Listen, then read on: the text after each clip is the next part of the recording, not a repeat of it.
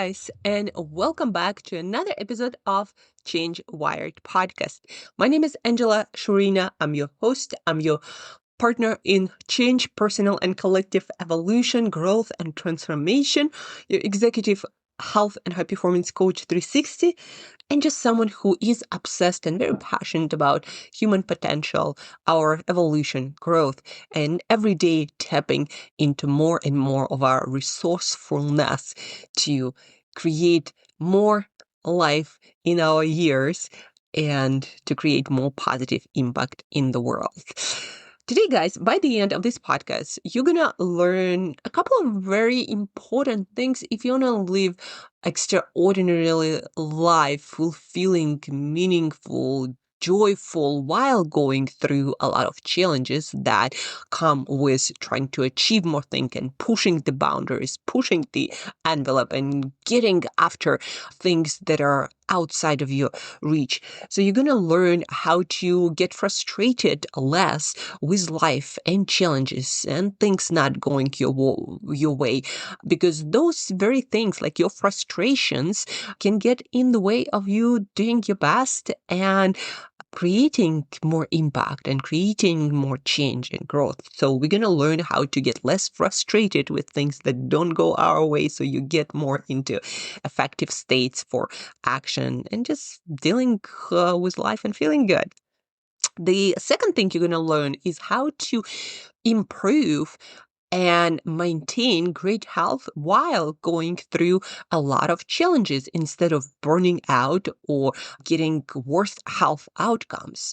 And the third thing you're going to learn, you're going to get toolkit for how to perform really well under pressure, under stress, instead of letting your brain to switch into this narrow thinking, automatic responses, and having just less resourcefulness under stress, under pressure that we need to go through and work through if we want to, again, to push that boundary or that envelope and achieve something that we were not able to achieve before. And all great leaders, people who achieve a lot, they learn the skill. And it's life never going to get easier when you get higher in your development and in your achievement and your results. It's like in the gym. When you go to the gym, if you want to keep growing and keep achieving and even keep maintaining a certain level of fitness and performance and perhaps lifting certain amount of weight, things don't get lighter. Right? You probably know that. It's not like you're going to go to the gym, let's say for a year, and then, or 2 years or 3 years, whatever that might be, and then things get lighter. No, if you go to the gym more often for more years, you will lift heavier, you will run faster with more intensity if running is your thing, you will get more, flexibility, get into more gymnastic kind of elements, depending on what you want to work on. But let's say lifting, it's not going to get lighter. You're going to be able to lift more and more, but it's still going to be more and more work. The same in life. If you want to achieve and maintain a certain level of performance, income, business development on your leadership journey, things will not get easier. You will build more capacity, but things will get heavier and heavier, more and more challenging. It's like climbing a mountain also. When you're closer to the summit, it doesn't get easier. It gets steeper, and sometimes there is less oxygen, so it actually gets harder. Closer to the summit, the higher you go, the steeper it gets.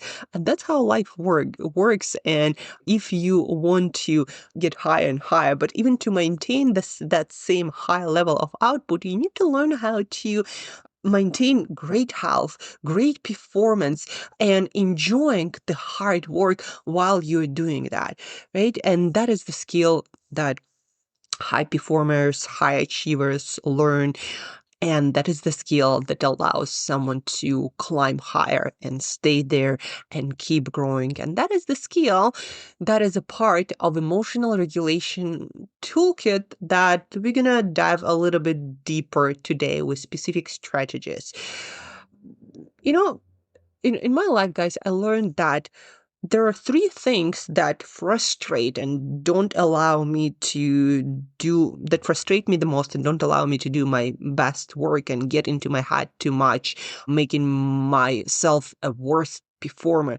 Three sort of truth and notions that until I really got it, it was like a lot of things used to frustrate me a lot more. So three truths that I learned, perhaps they are useful to you as well. Once you start living them, life gets a lot less frustrating, even though things will always not go your way, right? So balance is an illusion, like trying to balance it out, have work-life balance and having all in all perfect ratio and going all according to your plan and always have all the ducks in the row. Like that is an illusion. Sometimes it happens, but it's not what life is. Problems are part of life. No matter how high you go, you're going to have problems. And the higher you go, the bigger your problems are, right? I might lose, I don't know, $1,000 in pursuit of some opportunity. Someone with $1,000,000, or probably a few, will lose in millions of dollars in the lost, I don't know, opportunity or something that doesn't work out. The higher you go, the bigger you swing and the bigger you lose as well. But problems are never out of your life. And the third, nobody owes you shit. So you might as well move on and deal with life as it is, not as you wish it were in some imaginary ideal world or a scenario in your head when you have all the time, all the resources and all the ducks again. Just get in one row and stay in one row forever. Like that doesn't exist. And the reason why I wanted to share with you this is because this is how life is. And that's also what they mean when they say pain is not optional, but suffering is. Life is just it just doesn't owe anyone to be perfect. And people don't owe you to be perfect and good and polite and humane and on their best food towards you. Nobody owes you shit. Balance is an illusion and problems are a part of life. These are truths. Argue with me, but I guarantee you that is how it is for everyone else out there. That's how life is. And so the first step towards not being stressed by stressful things is normalizing it, is realizing this is normal. This is how life is. You're not special. This is the condition of humanity for everyone. Not everyone will tell you about all their problems and all they have to deal with on a regular basis. Well, some people do tell you all of that, but most of the people trying to be nice and, not unloading all of their issues and problems and struggles, etc., on everybody else will not tell you that. But that doesn't mean that life is perfect for them at all. So pain is not optional, suffering is. So that is the first kind of notion or understanding of that and learning how to live with it, through it, not just know it. Once you really internalize that, like a lot of things will get a lot easier, even without all the tools that you are about to learn right now. A friend of mine, I bumped into a friend of mine not so long ago, and he commented on my consistency in the gym. He said, it's inspiring how you often show up for the gym. Like, how do you find motivation? And I told him, like, sometimes this past couple of weeks and months, it would get so hard, I would cry, but I would still show up in the gym because A, I understand that problems are part of life, but B, I go to the gym not because I feel good, but to feel good. To feel good, because I understand how brain chemistry, how biology of feelings works, and that when you do exercise, you always do feel better. because it changes how your brain works. It improves blood circulation. It creates certain brain chemicals like dopamine that make you feel good, that makes you want to get out there and actually live life, engage with life. And a lot of things with stress regulation, emotional management, you do them because you know they work, not because you want to do them or you feel like doing them. So that you want to understand before diving into the tools, because you want to realize, you want to accept the fact that you do certain things like eating your vegetables or taking your vitamins or doing the exercise, not because you feel good, but to feel good, or at least to feel better. So that is step number one.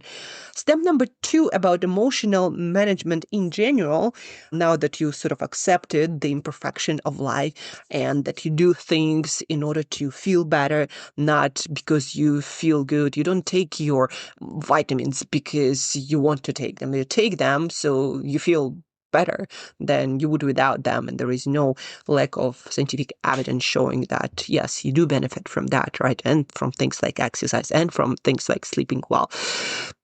But anyhow, once you accept this and as reality shows us it is true, the next one is realizing that your emotional responses and your stress response as well depends on two parts. First is biological. So stress in general and emotions in general is biopsychological phenomenon. What it means is both stress response and emotional regulation, they have two components. One is your biology, how your brain, your body work when certain things happen.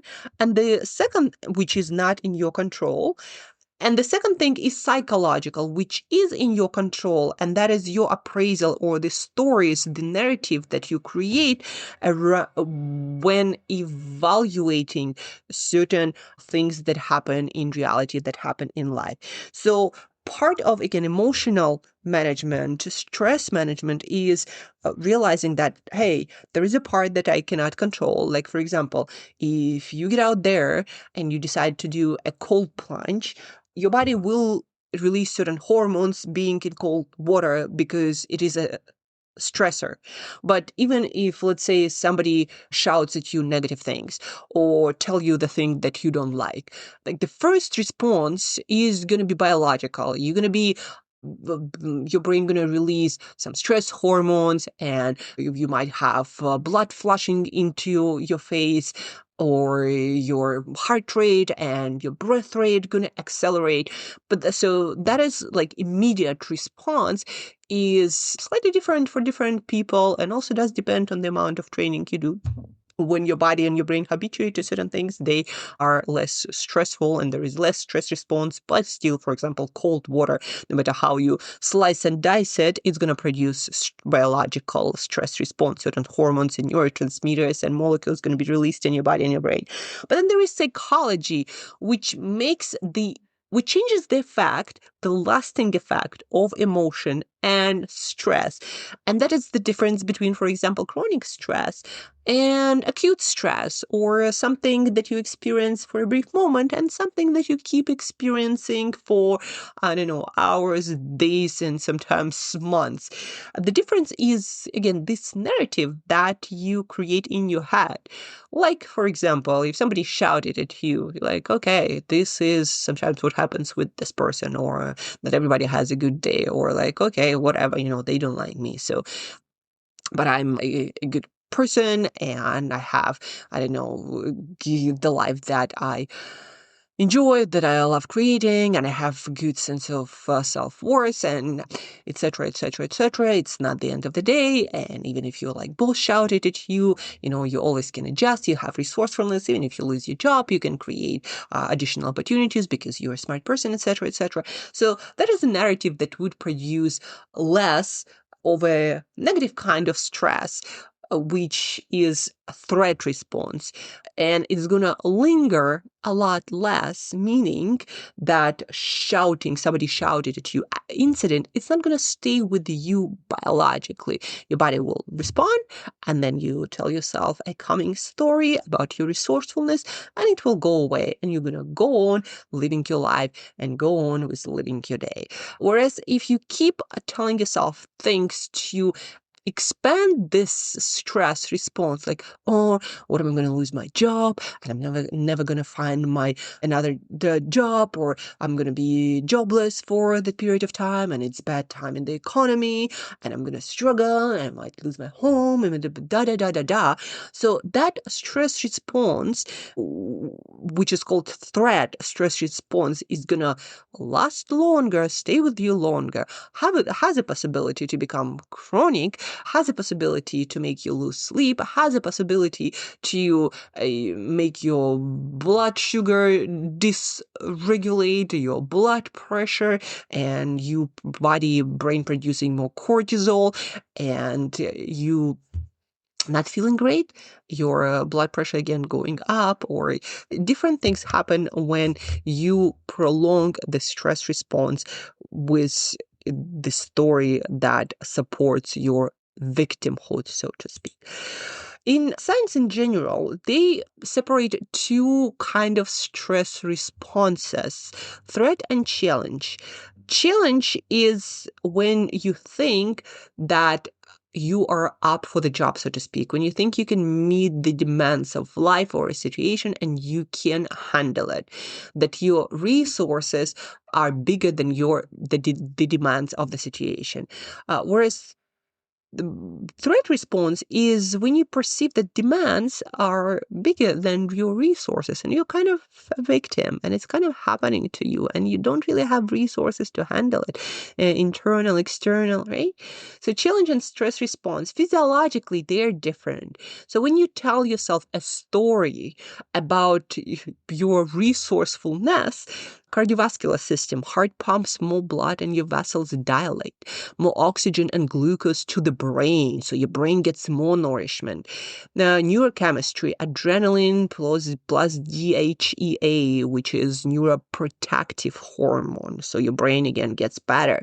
Cognitive effects, focused attention, faster processing, better decision making under pressure. Feels like excitement, readiness, I'm up for this. So this is what happens when you tell yourself I can handle this kind of story about a stressor. Then threat response is when you tell yourself that it's too much, I cannot handle this.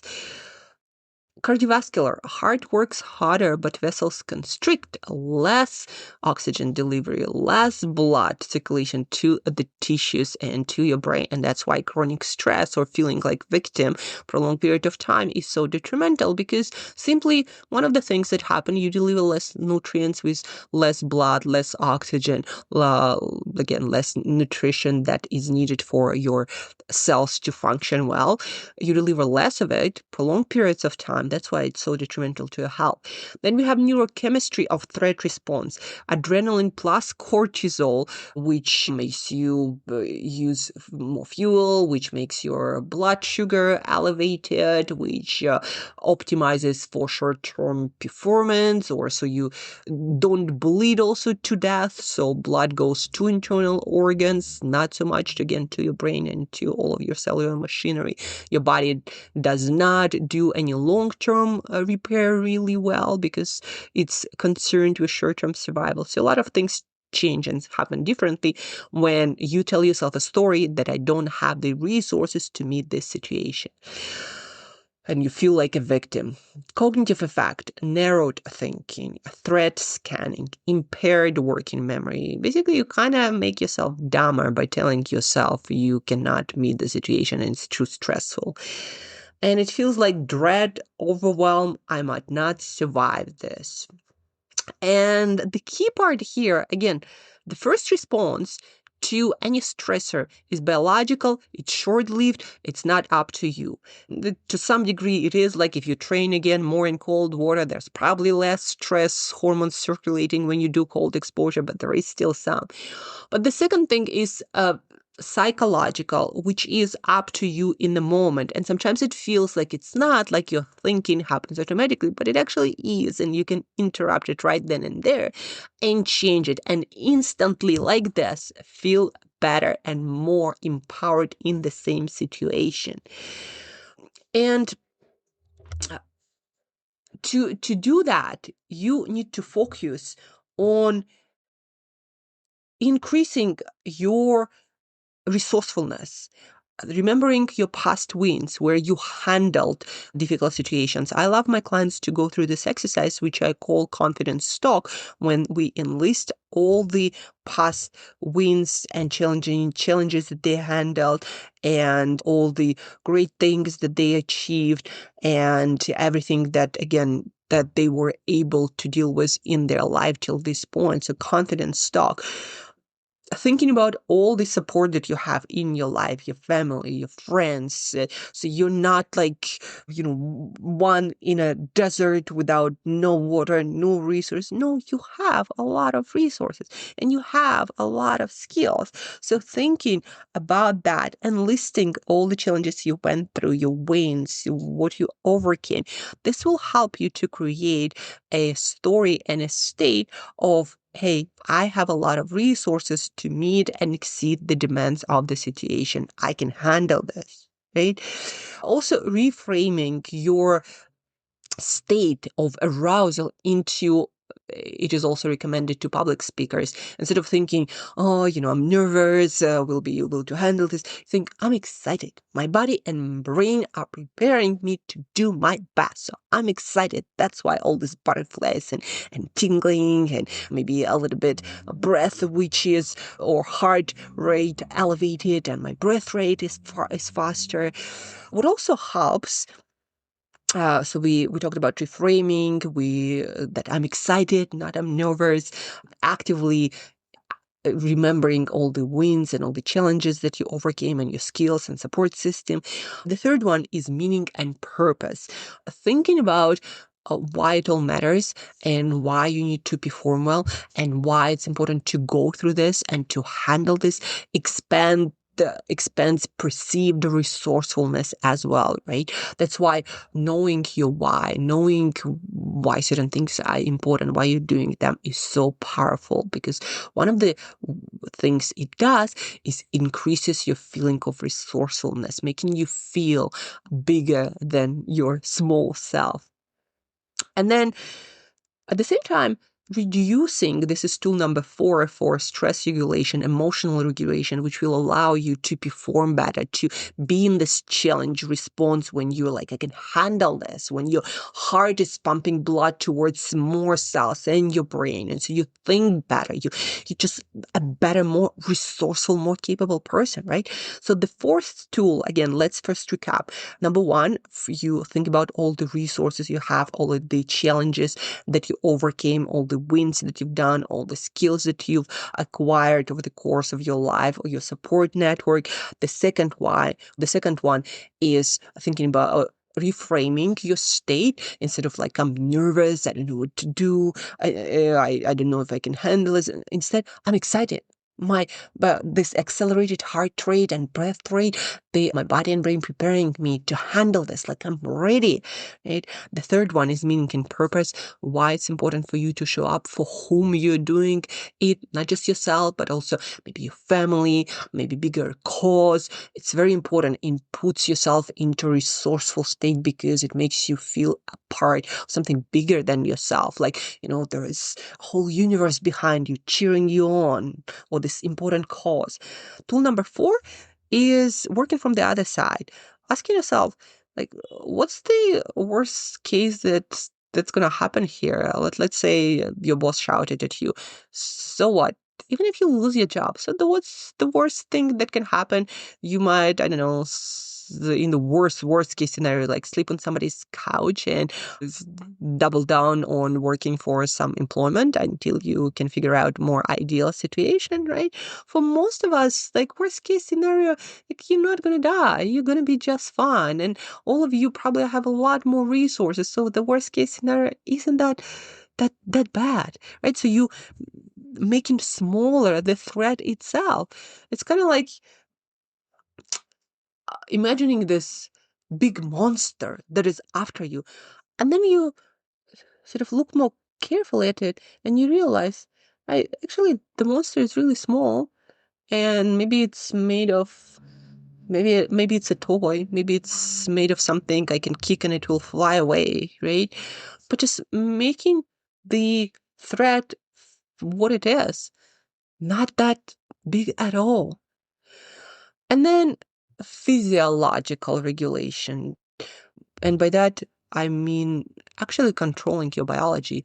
And you have a very powerful tool to do so, your breathing, the way you breathe. So focusing on your exhales, making your exhales very, very long and deep, and slowing down your breath rate will also slow down your heart rate. And it's a sign, physiological sign to your nervous system that, hey, we are actually okay. We do not need to run away from predators. We are in a safe situation. We have everything we need, like time and resources, to handle this. And we can take our time and think through this.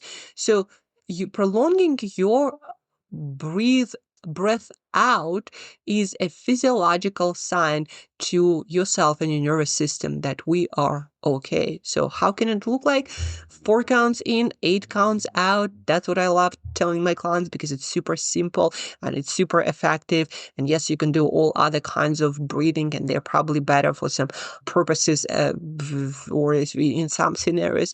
But just doing that, making sure that you're exhale is twice or longer than your inhale. I usually close my eyes, as I'm doing right now, and I breathe in for the count of 4 through my nose, and then breathe out for the count of 8.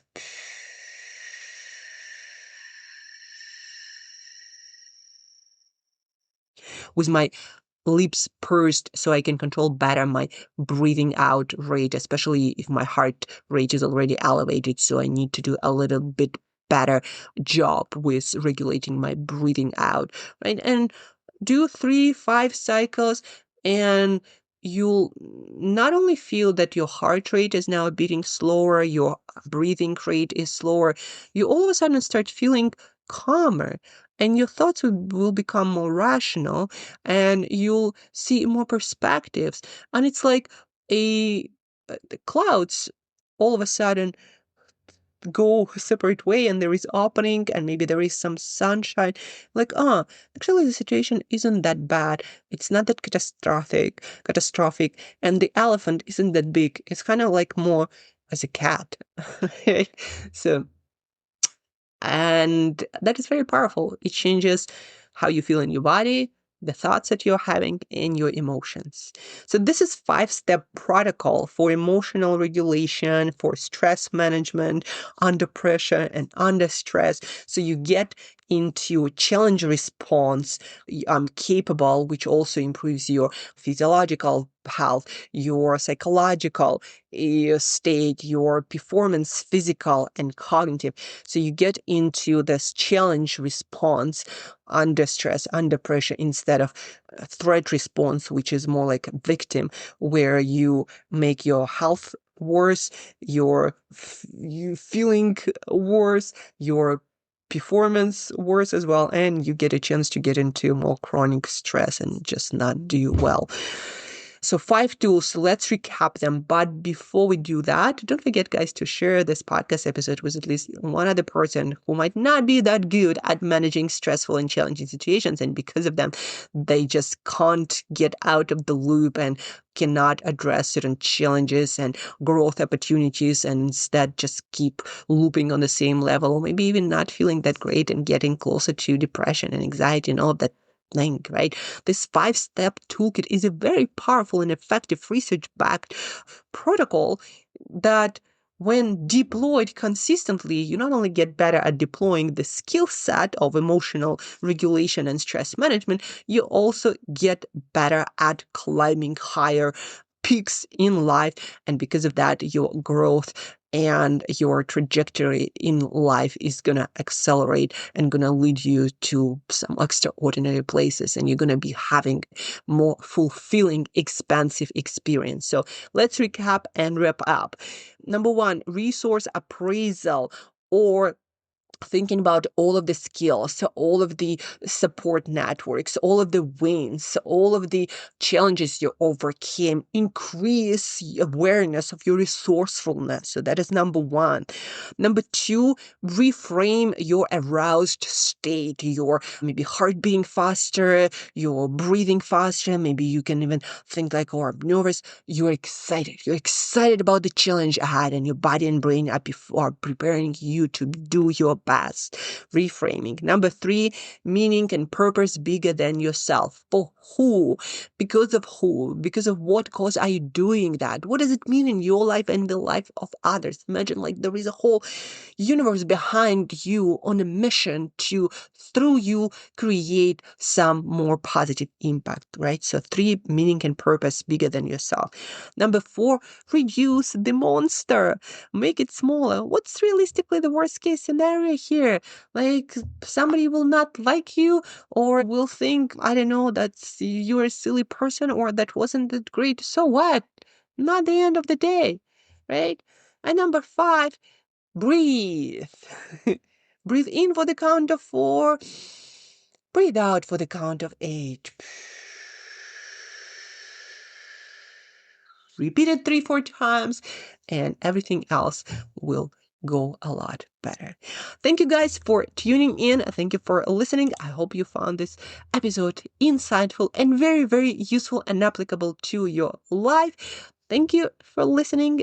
Have an amazing weekend. Until next time, keep growing.